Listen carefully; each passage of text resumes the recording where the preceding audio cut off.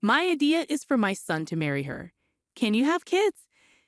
That's why I wasn't keen on him marrying someone older like you, my mother-in-law said with a smile. Beside her sat a younger woman, and my husband, the most important person, remained silent next to her. I'm so tired of dealing with his family. I stormed out in anger, but quickly wished I hadn't and wanted to make things right. I feel really bad about marrying into this family. My name is Olivia, and I'm 38 years old. I met my husband, Sam, who was 8 years younger, through a friend. I was unsure about dating him because of the age gap, but he said, "Age doesn't matter. I love you, Olivia." And we started dating, then got married. About 6 months into our relationship, he decided it was time for me to meet his parents because we were thinking about getting married. His mom didn't like the idea because of our age difference. She said to Sam in front of me, "I thought you'd bring home a young, pretty bride when you talked about introducing the woman you might marry." Oh dear, Olivia is 38. Sam, I mean no offense, but think about it again. Younger women are better. His dad stepped in and said, "If Sam thinks it's right, then it's right, isn't it? Sorry for my wife's rude comments, Olivia." After that, they agreed to our marriage. My father-in-law was someone who would calm down my mother-in-law's mean words, seeming like he didn't like arguments. But after we got married, he often ignored things that were wrong, which was disappointing. Sam's family was famous for owning a lot of land in our small town, and my mother-in-law bragged about it a lot. Even though she wasn't actually related by blood, she married into the family, just like me. This family is wealthy, and Sam, as their favorite, has a charming personality that's almost like a dream. The guy I dated before Sam was really careful with money, which was hard, so I like how Sam is generous and relaxed about it. Even though my mother-in-law reluctantly accepted our marriage after my father-in-law scolded her, she doesn't seem happy about it. She keeps telling me how a good wife should act, which is annoying. She's influential among the local women and is proud of leading the Women's Association and being popular. She insisted I meet the association members on a weekday to make a good impression on them. She introduced me with a proud smile, but some of them whispered, "You'll face challenges too," suggesting she wasn't as popular as she claimed. "Oh, and I was also advised to have a fertility checkup," she added. I felt a bit uneasy that it was my mother-in-law, not Sam, who suggested it, but I was curious too, so I agreed. The exams weren't pleasant, but I wished there was a way to make them easier. Sitting in that examination chair felt like torture. Despite the discomfort, the results of my checkup were good, and I felt relieved when the doctor said, "You're healthy." Sam seemed worried, but he relaxed when I told him the news.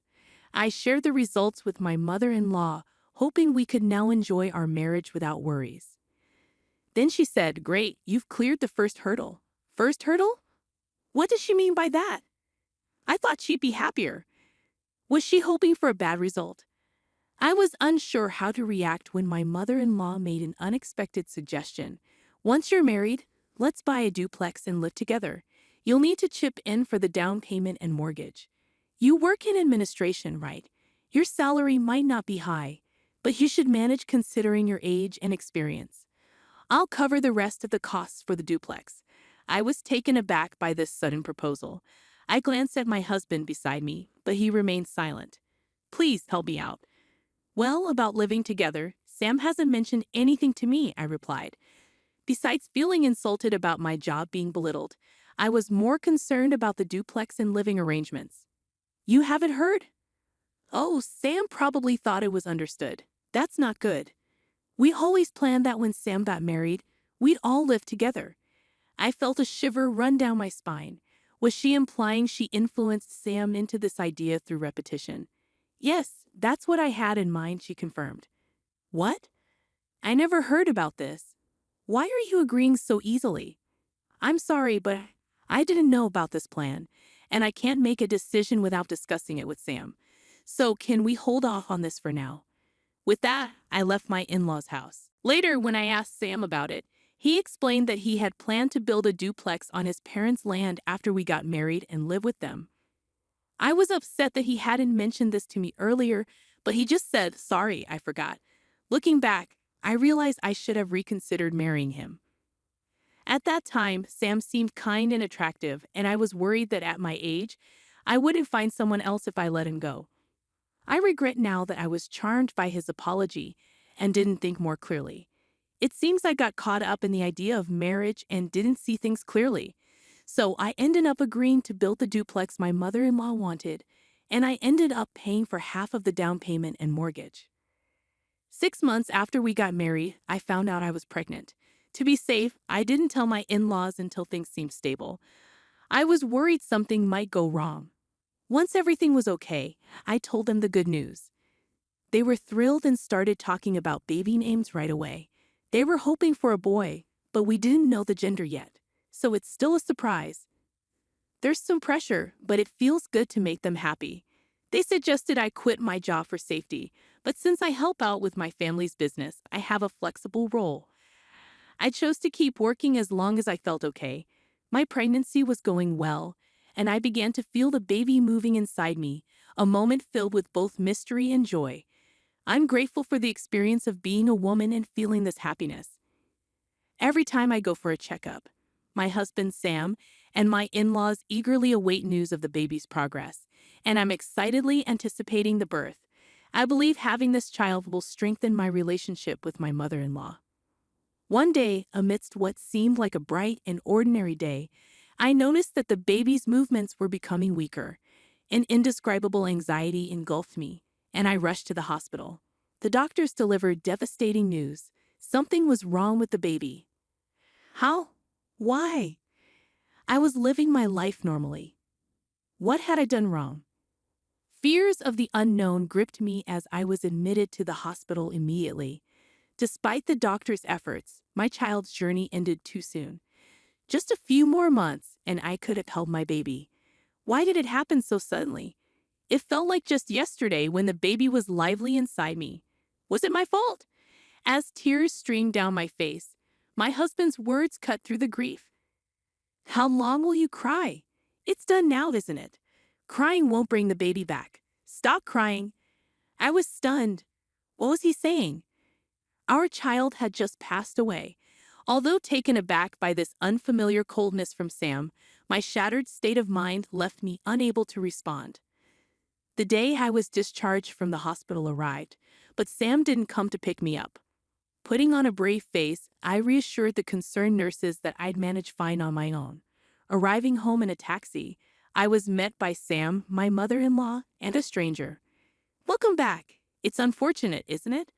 My mother-in-law said with an odd smile. "Yes," I replied, taking a seat on the living room couch as directed. The seating arrangement felt strange, with my mother-in-law and the stranger sitting across from me, and Sam beside them, showing no signs of comfort or eye contact. Then my mother-in-law spoke up. "We've discussed this with Sam.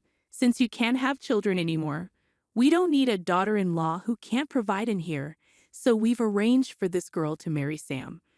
I was stunned by her words. As I struggled to come to terms with the loss of the baby, tears brimmed in my eyes. But I fought back, knowing that giving in to tears would mean admitting defeat. Unable to lift my gaze, I kept my head bowed.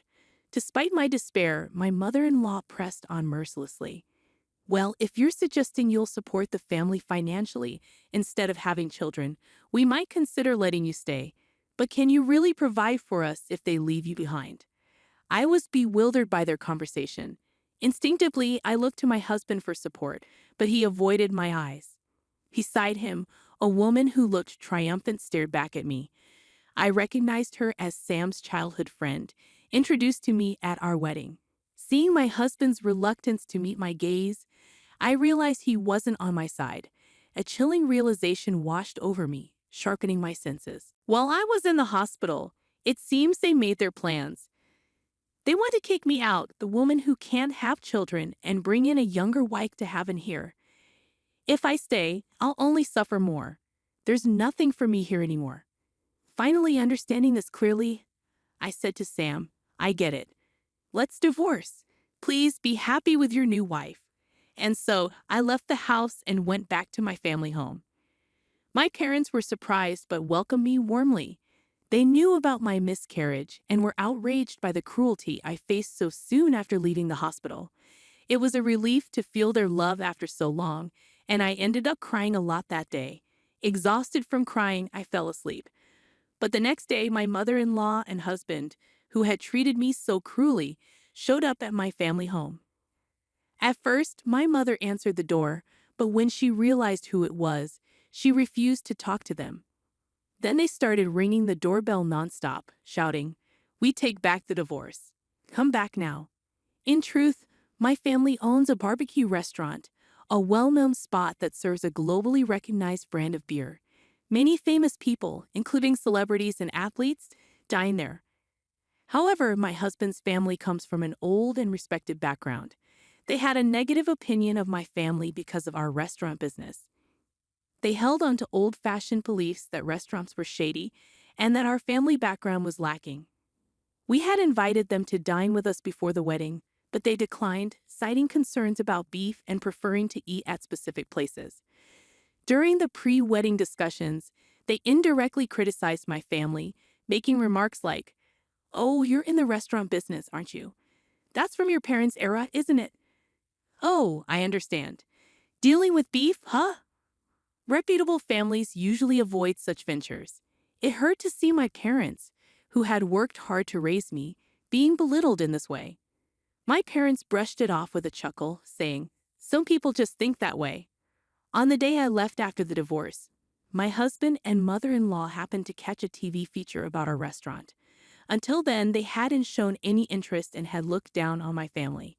But when they learned that the restaurant was described as running its own farm, producing top-quality beef, and enjoying immense popularity with meat exported worldwide, their attitude changed. Suddenly, they were panicking and came rushing to me, pleading for my return. They tried to cozy up to me, saying, "If we'd known you were so successful, we wouldn't have talked about divorce. We're sorry for yesterday. We weren't thinking straight. Please come back." It made me feel sick to my stomach how quickly they changed their tune. After all the discussions about children and heirs, was it really just about money in the end?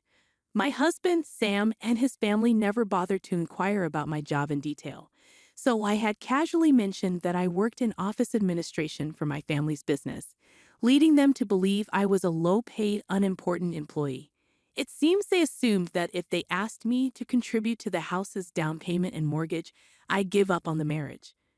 The truth is, I actually oversee the meat export division of my parents' company, earning a substantial income for an office worker. Thankfully, I had saved up a good amount of money due to marrying later in life, which allowed me to meet their financial demands. I'm also a major shareholder in the company and aspire to take over my father's position to further expand the business. They never showed any interest or asked me about this until they saw it on TV, which suddenly changed their attitude towards me. Despite incessantly talking about wanting children, it seems money was their primary concern all along. I'm utterly disappointed by their superficiality. After silently observing the situation, my father finally lost his temper and kicked Sam and his parents out. "Thank you, Dad. You saved me," I said gratefully.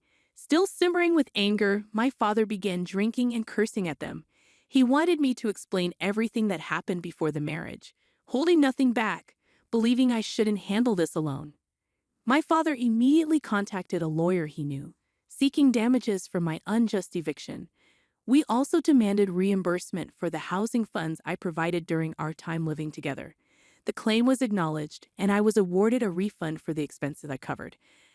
However, Sam alone couldn't repay the loan I had taken out, so they had to sell their family home.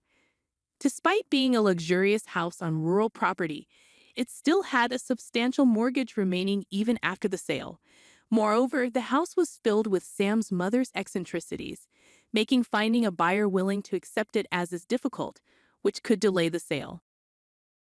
Luckily, they were able to sell some of their separately owned land, allowing me to recoup my money first, which was a relief. At this point, I was grateful to have married into a landlord's family. Sam and his parents were forced to leave their beloved two-family home and now seemed to be struggling in a rented apartment, trying to repay their loan. Oh, and as for the woman who was considering marrying Sam, she was only interested because she thought she'd live in a big house and that his family was wealthy. But as soon as she found out they were going to lose the house and still be in debt, she disappeared. I think it was smart of her to run away because if she had married him, she might have been pressured to have a child and maybe even forced to work because of her young age. This area is still pretty rural, so news spreads quickly. Gossip flies around, especially when it involves a well-known family like Sam's. People are talking, saying things like they treated her horribly and drove her away. They used to flaunt their big house, but now they're in debt and living in an apartment. Both the wife and the potential new wife have left them. Their family line might end with this generation. It's surprising how accurate the rumors are and makes you wonder who's been watching all this unfold. The power of a rural network is something else. It seems like my controlling mother-in-law, who used to act like she owned the place, is now sneaking around even when she's just out shopping, worried about what people will say. My parents reminded me, we warned you about marrying into a family that would demand pregnancy tests before marriage, didn't we? And brushed off the situation. They tried to console me in their own way, saying, Olivia just rushed into marriage a bit. Don't worry about it. It's okay if you stay home for now. They show their care in their own unique way. Despite the challenges we faced, like being evicted and going to court, I can sense their happiness at having their daughter back home. I'm grateful for their warmth and support. It feels like I've woken up from a bad dream about my married life, and now I'm free. Although I have a divorce behind me, I'm still in my 30s and haven't given up on marriage.